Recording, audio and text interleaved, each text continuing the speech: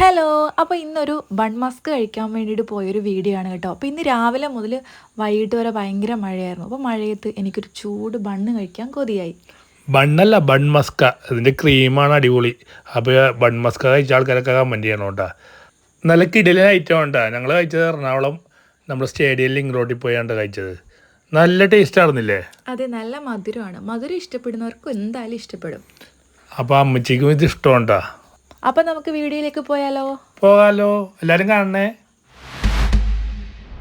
അങ്ങനെ വൈകിട്ട് ഒരു 6:30 മണിയായപ്പോഴേക്കും ഞങ്ങൾ രണ്ടുപേരും കൂടി ബൺ മസ്ക് കഴിക്കാൻ വേണ്ടിയിട്ട് പോവാണ് കേട്ടോ. അമ്മച്ചി വരുന്നില്ല, കാരണം രാവിലെ മുതൽ മഴയായിരുന്നു. പിന്നെ രാത്രിയൊന്നും അമ്മച്ചി യാത്ര ചെയ്യില്ല കേട്ടോ.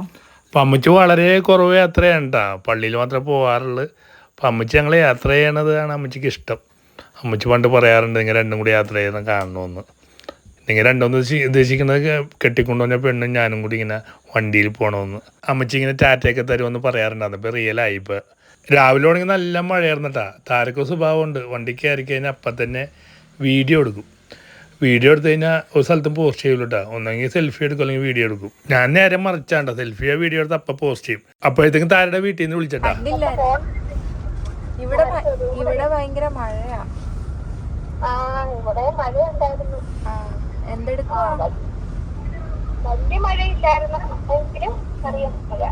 ഇവിടെ രാവിലെ മുതൽ ചെറിയ ചാറ്റൽ മഴയും ഇപ്പൊ നല്ല മഴക്കോടും ചാറ്റൽ മഴയൊക്കെ ഉണ്ട്. ചായ കുടിച്ചോ? ചായ കുടിച്ചില്ല. പൊന്നൂസ് എവിടെ? പപ്പ ഇപ്പൊ വന്നു. റേഷൻ കടയിൽ പോകണമായിരുന്നു. ആണോ? നേരത്തെ വന്നോ ഇന്ന്? ഇന്ന് നേരത്തെ വന്നു. റേഷൻ കടയിൽ പോയില്ല ഈ മാസം. അതിന് കടയിൽ പോകാനായിട്ട് അപ്പൊ വന്നു. പെട്ടെന്ന് കട അടയ്ക്കുന്നതിന്റെ പോകാൻ പോയി. പൊന്നൂസ് ഉണ്ടോ അവിടെ? ഇന്നത്തെ പോയില്ല. ഇല്ലല്ലേ. പറയോ എന്തൊക്കെയായിരുന്നു കറി? കറി സാമ്പാറുണ്ടായിരുന്നു, തോരനുണ്ടായിരുന്നു, മെഴുക്കുവരട്ടി ഉണ്ടായിരുന്നു, അച്ചാറുണ്ടായിരുന്നു, ചമ്മന്തി ഉണ്ടായിരുന്നു. അതിന്റെ കൂടെ ചമ്മന്തിയോ? ചമ്മന്തി പപ്പയ്ക്ക് പൊതി കെട്ടാനേ. മീനില്ലായിരുന്നോ? മീനൊന്നുമില്ലായിരുന്നു. പപ്പ ഇപ്പൊ മീൻ കൊണ്ടുവന്നു. എന്ത് മീനാ? നോക്കട്ടെ എന്താ മീനാണ്. മത്തിക്കറി. ഇന്ന് ചാളക്കറിയാണോ? പപ്പ എന്താ കഴിക്കാൻ കൊണ്ടുവന്നെ? എന്താ?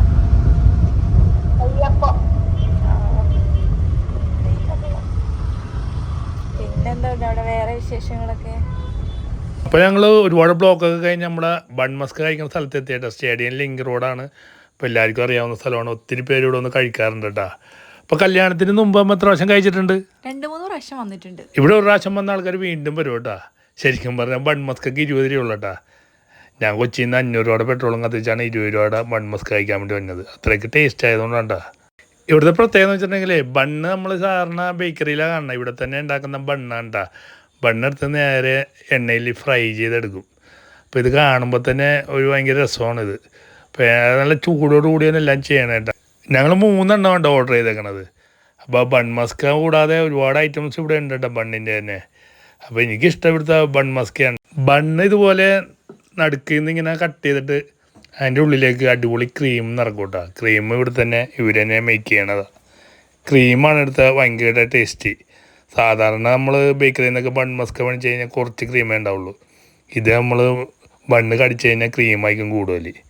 അതുകൊണ്ടാണ് ഇവിടെ ഭയങ്കര ഫേമസ് ആയത് ഈ സാധനം. ഭയങ്കര ടേസ്റ്റാണ്. ഈ ചൂടോട് കിട്ടുമ്പോൾ ടേസ്റ്റാണ്. അപ്പോൾ ആൾ കുറവാണെങ്കിൽ ഉണ്ടാക്കി വെച്ചിട്ട് ആ സാധനം വരുള്ളൂ. ഞങ്ങൾ ചെന്നപ്പോൾ അത്യാവശ്യം തിരക്കുണ്ടായതുകൊണ്ടാണ് ഞങ്ങൾക്ക് ഈ ഫ്രൈ ചെയ്ത ആ ടൈമിൽ തന്നെ ഞങ്ങൾക്ക് ചൂടോടുകൂടി കിട്ടിയത് കേട്ടോ. സംഭവം പൊളിയാണ്. ഇത് കഴിക്കാൻ വേണ്ടിയാണ് ഞങ്ങൾ ശരിക്കും വന്നത്. എനിക്കാണെങ്കിൽ മധുരം അധികം ഇഷ്ടമില്ലാത്ത ഒരാളാണ്. പക്ഷെ ഞാൻ പായസം കുടിക്കും കേട്ടോ. അപ്പോൾ അതുപോലെ തന്നെ ഇപ്പോൾ ഞാൻ ബൺ മസ്കയും കഴിക്കും. ഓർഡർ ചെയ്ത് 5 മിനിറ്റ് ആയപ്പോൾ തന്നെ സാധനം റെഡിയാക്കി തന്നട്ടാ. അപ്പോൾ ഞങ്ങൾ 3 എണ്ണം ഓർഡർ ചെയ്ത്. അപ്പോൾ ജിബിനാണ് 3ാമൻ. ശരിക്കും ഇത് ഹൈദരാബാദും ബാംഗ്ലൂരൊക്കെ ആയിരുന്നു ഫേമസ്. ഇതുണ്ട് ആദ്യത്തെ ഒരു കടി അടിക്കുമ്പോൾ തന്നെ ആ ടേസ്റ്റ് വായിന്ന് പോവില്ല. ഇത് ഞാൻ പൊളിച്ചു കാണിച്ചു കേട്ടാ. ഫില്ലിങ് കണ്ട, ക്രീം കണ്ട, ഫുള്ള് ക്രീമാണ് കേട്ടോ. ആ ടേസ്റ്റ് കിട്ടാൻ കാരണം അതുകൊണ്ടാണ്. നല്ല ചൂടും ഉണ്ട് കഴിക്കുമ്പോൾ. സൂപ്പർ വൈബാണ് ഇവിടെ ഒന്ന് കഴിക്കണത്. എപ്പോഴും ഞങ്ങൾ ഫോർട്ട് കൊച്ചിക്കാണ് പോകുന്നത് കേട്ടോ ഈവനിങ് ടൈമിൽ. അപ്പോൾ ഇന്ന് ഞങ്ങളൊരു വെറൈറ്റി പിടിക്കാൻ വേണ്ടിയിട്ടാണ് ഇങ്ങോട്ടേക്ക് വന്നത്. ഇടയ്ക്കിടയ്ക്ക് നമുക്കിങ്ങനെ സ്പോട്ട് മാറ്റിക്കൊണ്ടിരിക്കാം. എന്താ അഭിപ്രായം? അതല്ലേ നല്ലത്.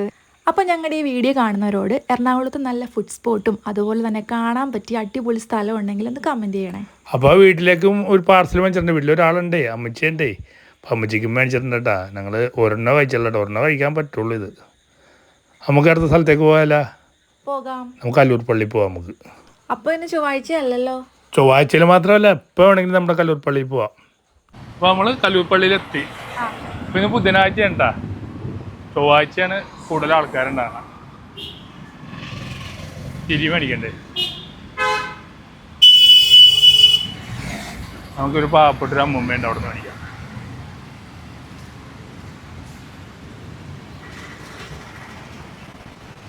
ഇവിടെ വെച്ചാൽ പോരെ?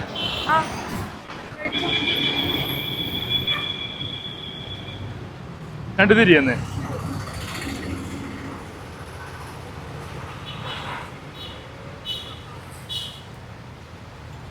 എത്രയാണ്?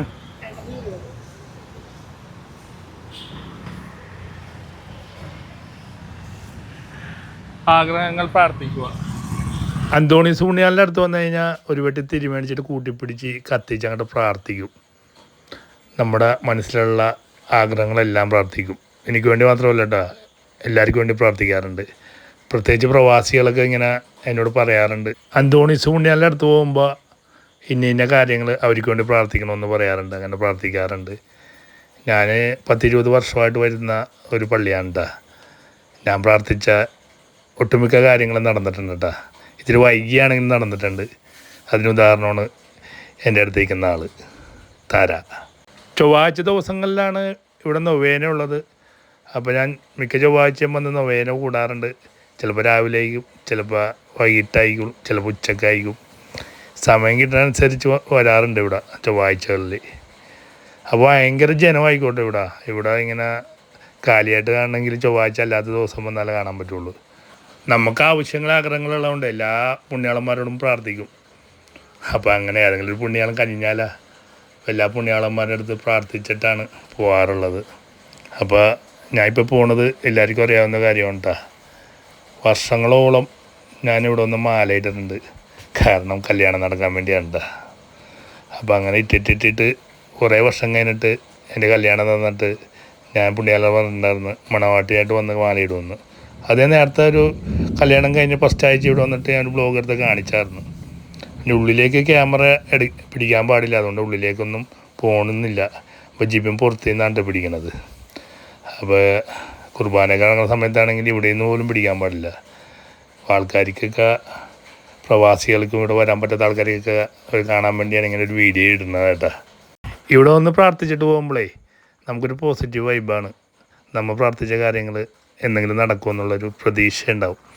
ആ പ്രതീക്ഷയിലായിക്കോളൂ അടുത്ത ആഴ്ചയിൽ ചൊവ്വാഴ്ച വന്ന് പിന്നെയും നമ്മൾ നൊവേന കൂടും, പുണ്യാലിനെ ഒന്ന് കാണും. പ്രതീക്ഷകളുണ്ടെങ്കിലല്ലേ നമുക്ക് ജീവിക്കാൻ പറ്റുള്ളൂ. ആ പ്രതീക്ഷ അന്തോണീസ് പുണ്യാളൻ്റെ പള്ളിയിൽ വരുമ്പോൾ നമുക്ക് കൂടും.